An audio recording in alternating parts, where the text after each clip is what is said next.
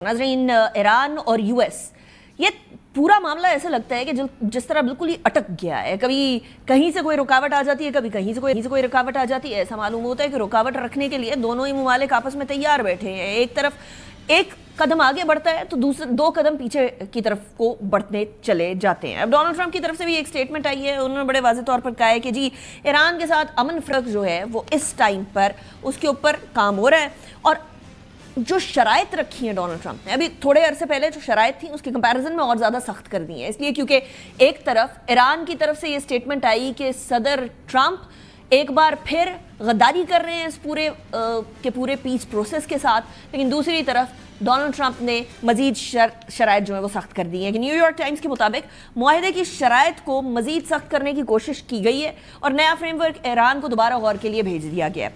New York times ही की report के मुताबिक ये दावा किया गया कि शराइत में ईरान के यूरेनियम ज़खायर पर कंट्रोल आबनाए हुर्मुज़ से गुजरने के लिए मुकम्मल रसाई, ईरान के तवील मुद्दती जौहरी प्रोग्राम के खात्मे की शराइत शामिल हैं और नई तरामीम मुज़ाकरात को कई दिनों तक तूल दे सकती हैं।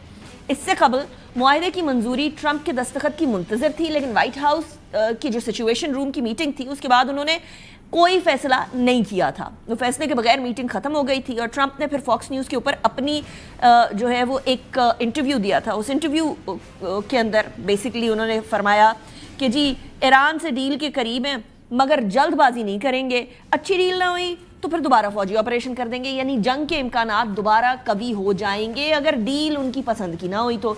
ये भी दावा किया उन्होंने कि ईरान ने यकीन दहानी कराई है कि वो एटमी हथियार ना खरीदेगा और ना बनाएगा, क्योंकि बनाने की बात की गई तो डोनाल्ड ट्रंप ने कहा कि मैंने उनसे पूछा कि आप फिर खरीद लेंगे तो फिर क्या करेंगे, तो उन्होंने ये यकीन दिला दिया ईरान ने कि हम खरीदेंगे भी नहीं। लेकिन दूसरी जानिब ईरानी पार्लियामेंट के स्पीकर मोहम्मद बाकर कालिबाफ ने यह कहा है कि इस वक्त तक किसी मुआहदे को कबूल नहीं करेंगे जब तक यकीन ना हो जाए कि ईरानी अवाम के हुकूक मुकम्मल तौर पर इस टाइम पर सेफ गार्ड रहेंगे। इनके मुताबिक ईरान सिर्फ अमली और ठोस नताइज को अहमियत देगा।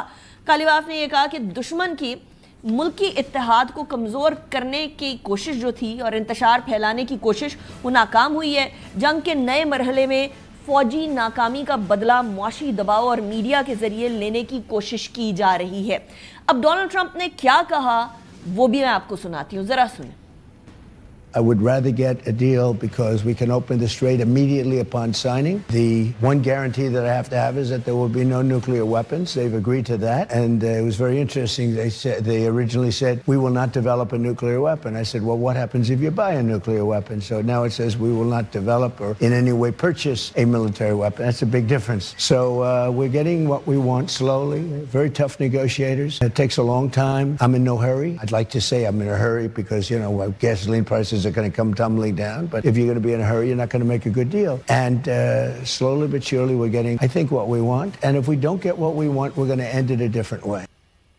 अब ऐसा लगता है दोनों अतराफ ये शो करना चाहती हैं, दिखाना चाहती हैं दूसरी तरफ को, जो मुखालिफ तरफ है उसको, कि हमें कोई जल्दी नहीं है, हम इस जंग को सस्टेन कर सकते हैं। यूएस ईरान को ये दिखाना चाहता है, ईरान यूएस को ये दिखाना चाहता है, और इस सारे मामले के अंदर तूल पकड़ता जा रहा है मामला। इसमें कोई शक की बात नहीं है कि आलमी सतह के ऊपर तेल की कीमतों में कमी आई थी।